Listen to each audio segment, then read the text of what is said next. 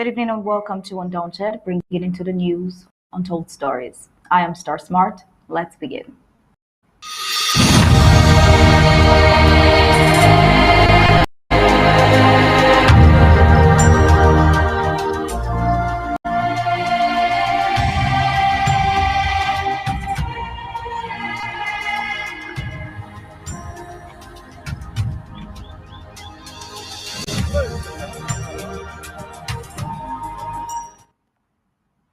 Well, it has been said time and time again that the media greatly influences society and that they inform people about what is happening as well as permeate people's lives and cultures, informs, educate, and other times entertain. Well, the importance of the media cannot be overemphasized, which is why, as has been seen by the oppressive regime of La République, its administration is bent on stifling the media and silencing every information that portrays its countless wrongdoings, especially the illegal annexation of the sovereign British Southern Cameroon's Ambazonia, which is why the ABC Amber TV is here to correct the misinformation and disinformation, bringing you the untold truth and stories as they unfold. As you would have observed over the weekend was the ABC Amber TV draft. ABC Amber TV, the voice of Ambazonia, needs to be heard with no breaks. And the draft over the weekend was certainly the much needed oil for this lamp, ABC Amber TV, to not run out before we get to Boya. Well, that being said, what is happening in Amazonia today? Certainly, it's another Monday to see the determination and resilience of the peoples of Amazonia to oust the annexationist La République out of Ambazonia's territory. Let's see that and more happenings on the home front and, of course, on the African scene and global scene. First of all, we'll get the prime headlines now.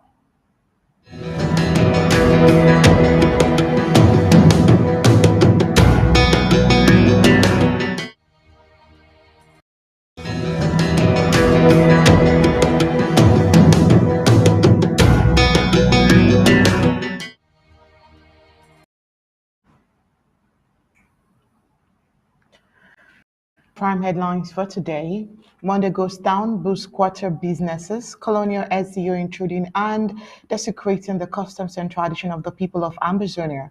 Tonight, on Undaunted, Yaoundé observes goes down due to fuel scarcity as it cripples the day in Yaoundé. On the African scene, former House Speaker Kelvin McCarthy doubles down on support for Trump but says 2024 campaign can be about revenge. And on the African scene, exceptional archaeological discovery and returns an ancient statue to Libya. Now let's get the news in full briefings.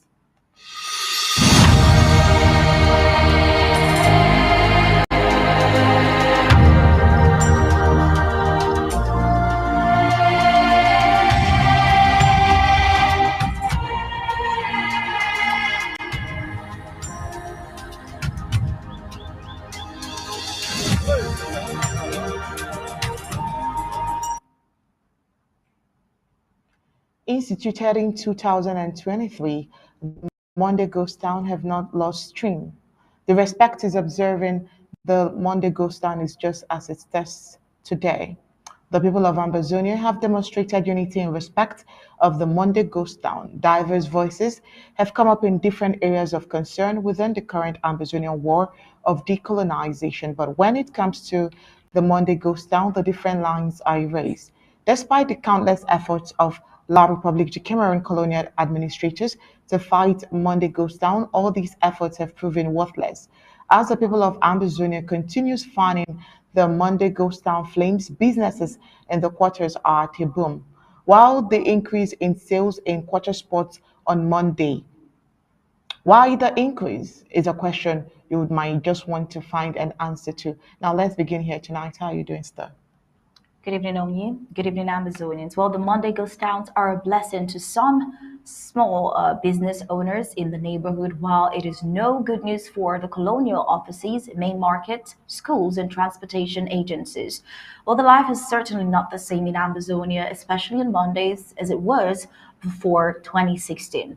The current war in Ambazonia that gave birth to the Monday ghost towns started in 2016, just in case we're already forgetting.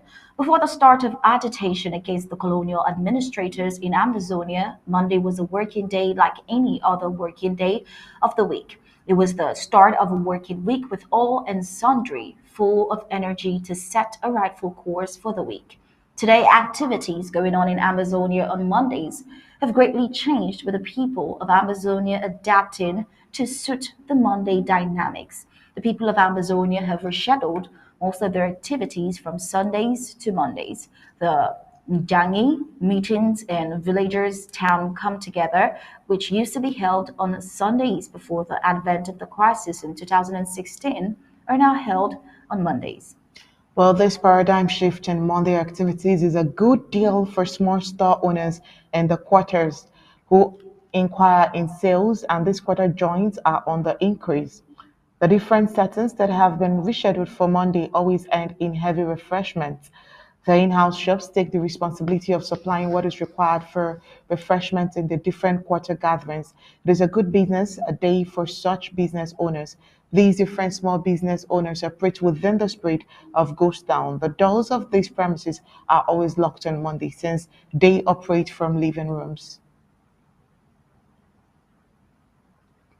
Oh, well, on to this next report. It has always been the scheme of La Republique to assimilate the southern Cameroons. Well, as tradition demands, the Sacred Society of the Village is the sole institution responsible for the choosing and enthronement of a fund.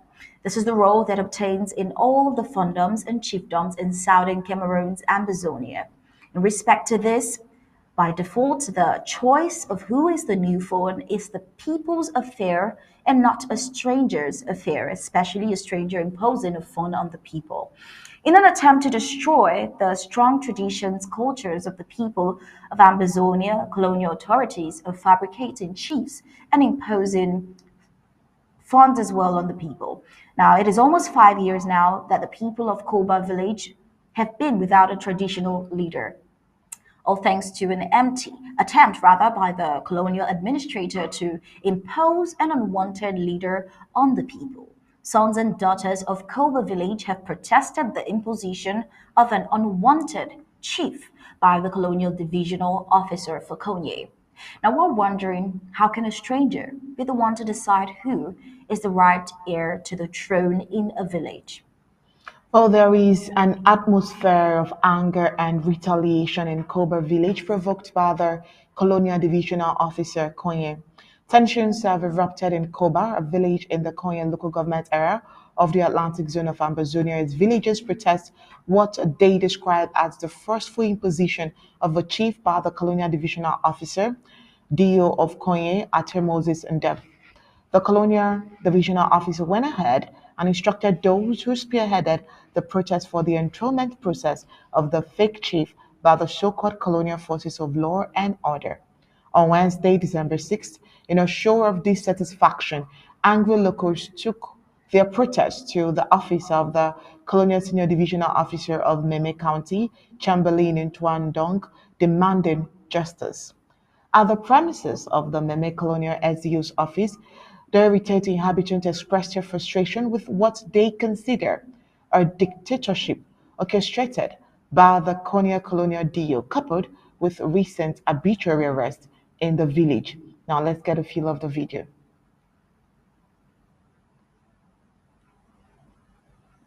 These are villagers of Koba in Kobe subdivision. On Friday, they marched to the office of the senior divisional officer, marched to the office of the divisional officer of Meme, marched to the office of the senior.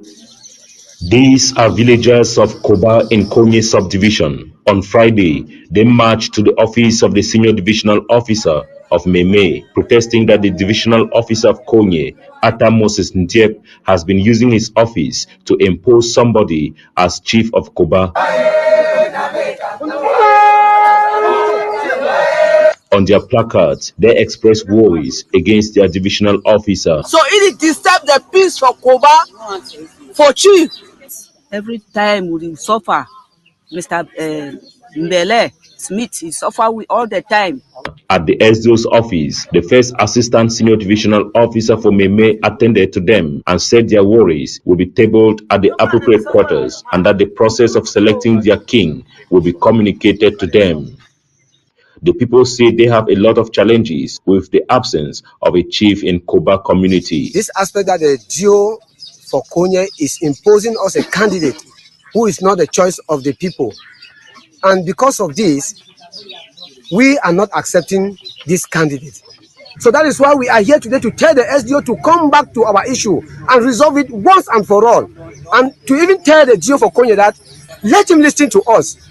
The village is our village. We know our culture more than him. We are those who make the choice and present to him, not making the choice and present to us. It has never happened that way. They went on to denounce the GO's choice, Mbele Smith, stating that Francis Bolo is the choice of the people and that Mbele Smith was chosen by the divisional officer of Konye and imposed on the people without any consultative talks.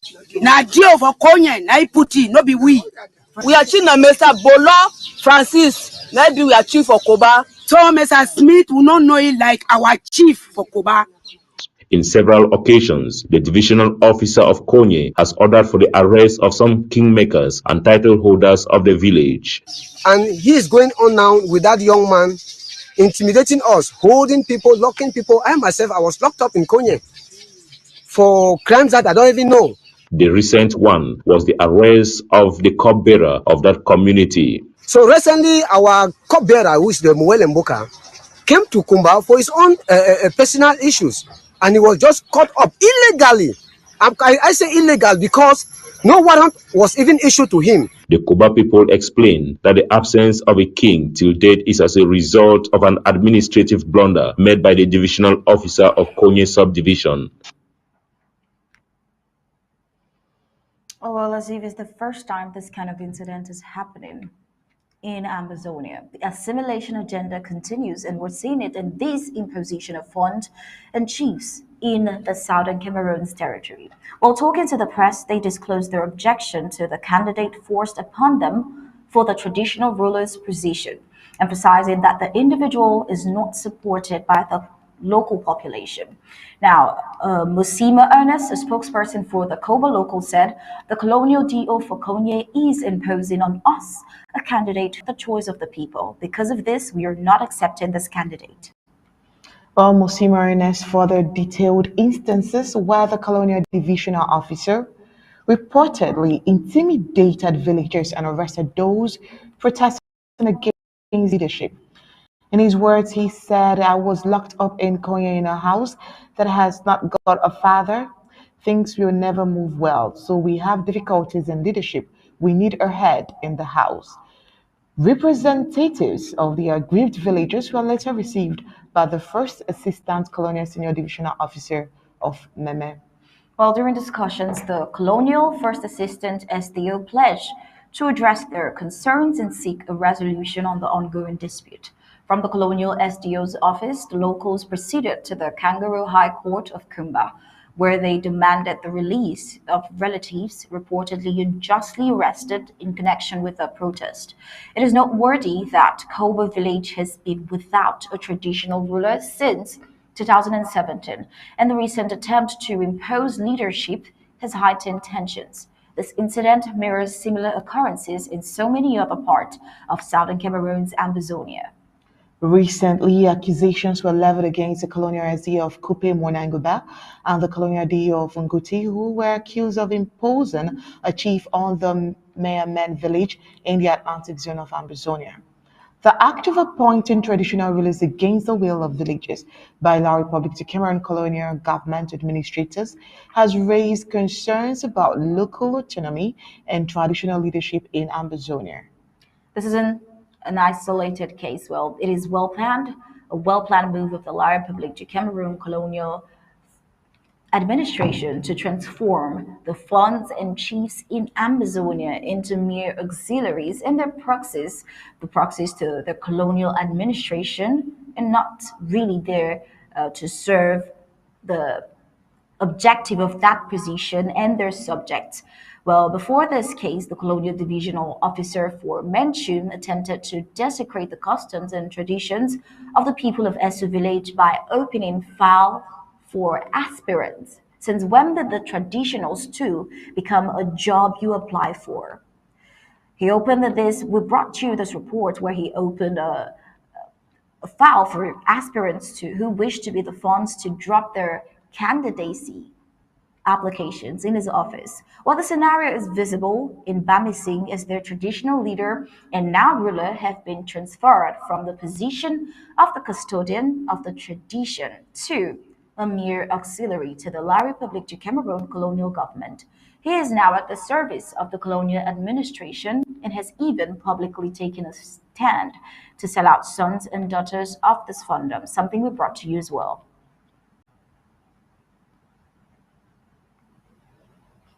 Well, moving on, let's see what happened today in Yaoundé. The Ambazonia decolonization war has finally crippled La République du Cameroon as fuel scarcity rocks its major towns once more, bringing with the colonial capital, Yaoundé. Well, today, Monday, the 11th, entered into the annals of the history as the day La République du Cameroun denizens and their stooges in failed Yaoundé system joined the southern Cameroons in observing the Monday ghost towns. Well, Monday Ghost Town, just like you know, is a day set aside by the government of the Federal Republic of Ambazonia to mourn the death of over thousands of his loved ones massacred by La République du Cameroon thugs in the war. Well, denizens of La République du Cameroon woke up today, Monday, December 11th, to face their stark realities, the pangs of a senseless war that's bringing untold suffering into not only to the oppressed, subjugated, and annihilated southern Cameroonians, but also equally to the oppressors. Well, the same fuel that La Republic steals from southern Cameroons and mismanages has become very scarce. School children, civil servants, and all other commuters faced a very hard day today, especially getting to work, school, and marketplaces. Several fueling stations were ghosted because as a result of lack of fuel. Now, where there was fuel, it was sold very high and rationed as well. And as corrupt as La Republic already is, in some cases, you had to give bribes to get fuel sold to you.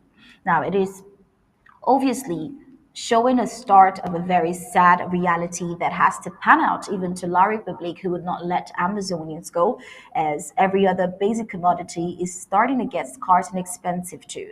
Life is becoming unbearable, not just for Amazonians now, but as well for the Banana Republic, who have to now borrow to even pay their salaries. No potable water, no regular energy supply, no roads, just in case you thought the bad roads were only hitting Ambazonia. The corruption as well has fueled La Republic to the point where they are also getting affected by bad roads. Inflation rate getting very high, taxes ever on the increase. As a matter of fact, Colonial La Republic failed and finished. Thanks to the resilience of Southern Cameroon's Ambazonia's self-determination struggle.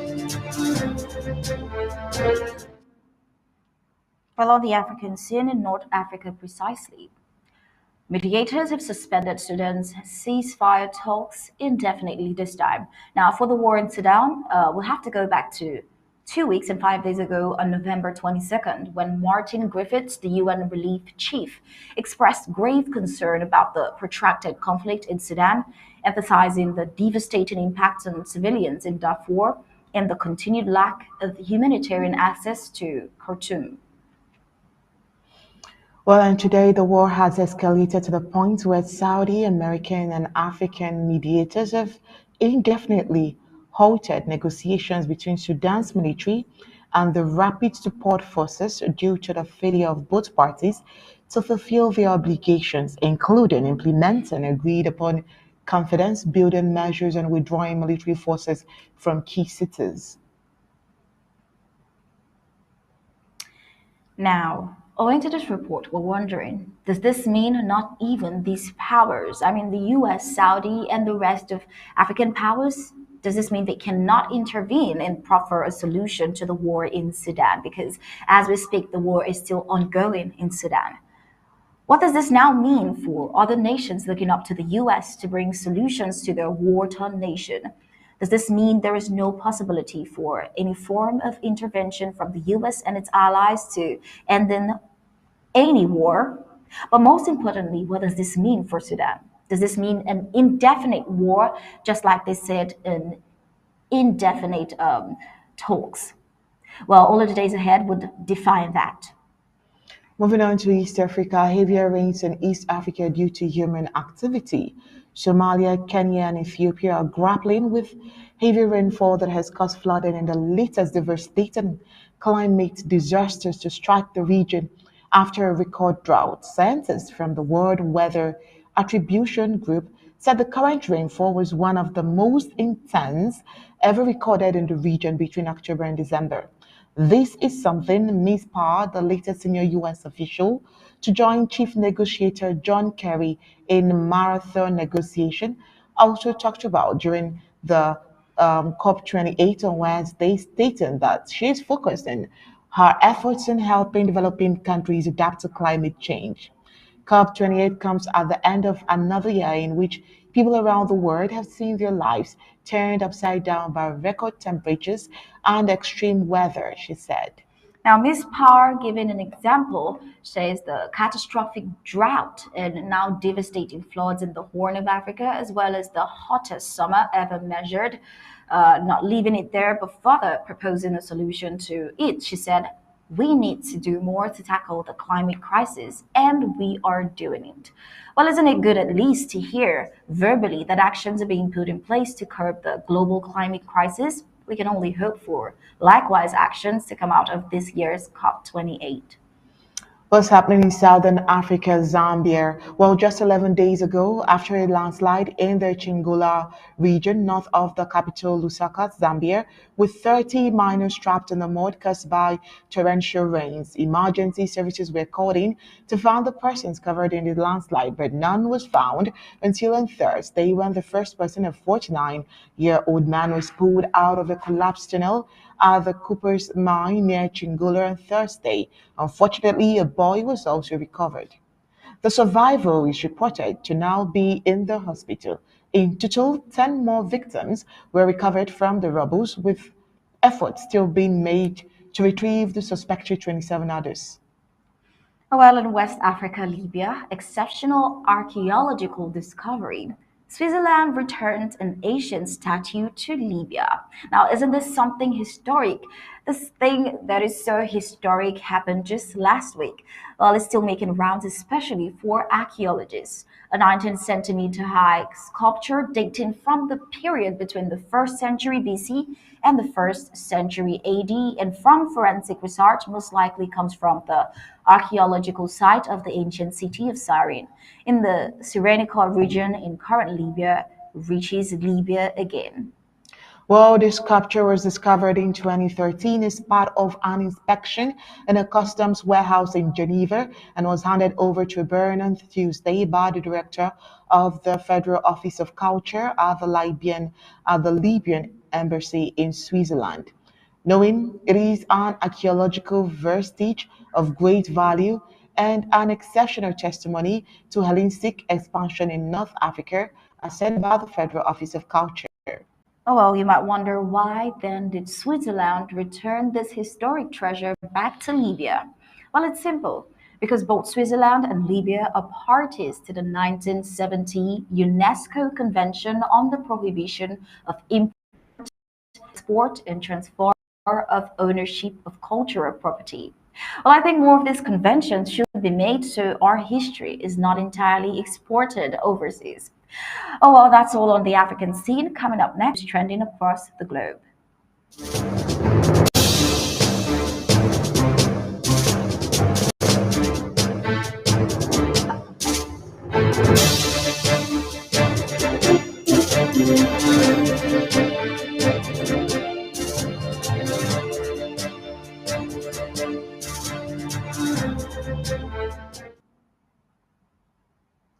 All right, on the foreign scene, let's see what the Taliban is doing after the UK betrayal. About 200 members of Afghan special forces trained and funded by the UK face imminent deportation to their Taliban-controlled homeland.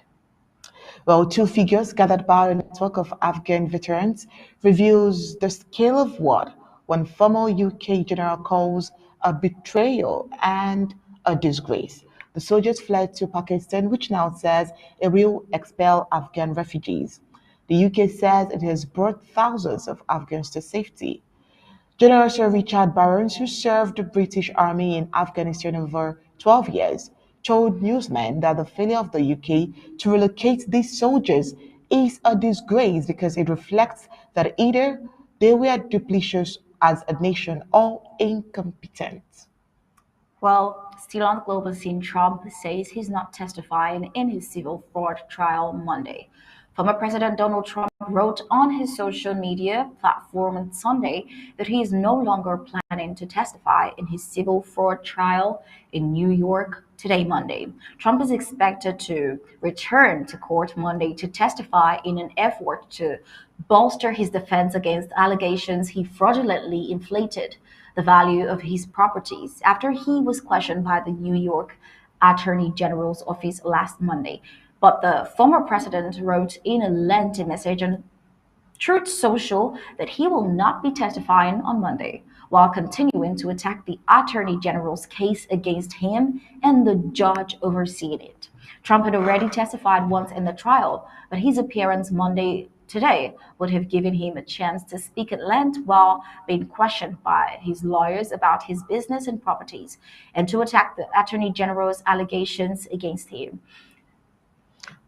Oh, well, still on the report, McCarthy down on support for Trump, but says 2024 campaigns can't be about revenge. Former House Speaker Kelvin McCarthy has doubled down on his support for former President Donald Trump in the 2024 presidential race, even as he has cautioned Trump against making his re-election bid all about revenge. Yes, McCarthy said when asked if Trump could count on his support during a pre-taped interview that was aired on Sunday. Well, he pressed on whether that was an official endorsement of Trump. McCarthy chuckled and responded, I will support the president. I will support President Trump. In an interview with CNN last month, McCarthy said he supported the former president, but stressed that he had not endorsed anyone. In his words, he says, I haven't endorsed, but I support President Trump. Oh, well, still on the global scene, we have Saudi tear apart rather F-15 fighters' impeccable reputation. The Saudi Arabian Ministry of Defense (MOD) announced that an F-15 fighter jet of the Royal Saudi Air Force (RSAF) crashed on December 7th, killing the two crew members on board. Well, as per details published by the ministry, the aircraft was on a training mission when the tragedy struck. Brigadier General Turki al-Maliki, the ministry spokesman, stated that the F-15 fighter jet the accident occurred at the King Abdulaziz Air Base in Dhahran during a regular training flight.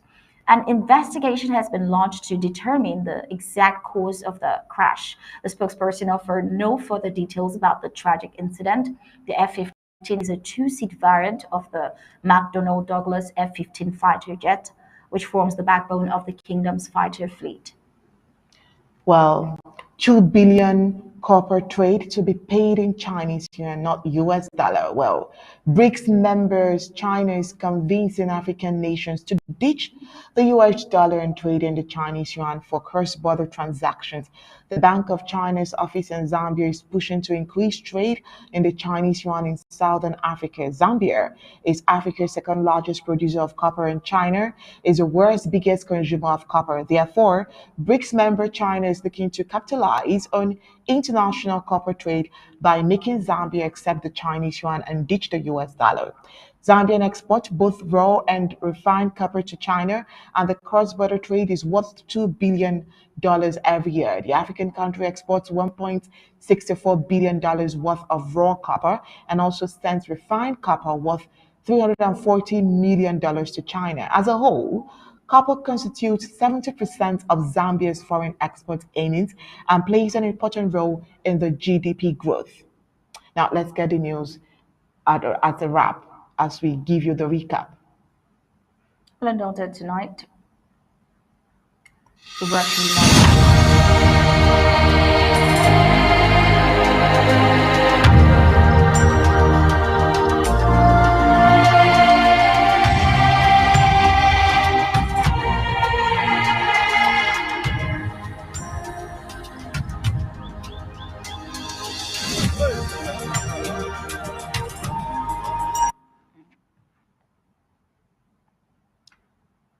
All right, and that's it for tonight's Undaunted. But before we go, let's give you the recap of the major news. Yes, of course, on Undaunted tonight, we brought to you Monday Ghost Towns, boosting culture businesses, and also we're having Janu's today on Monday Ghost Towns. We have the Colonial Intruding and desecrating the customs and traditions of the people of Ambazonia.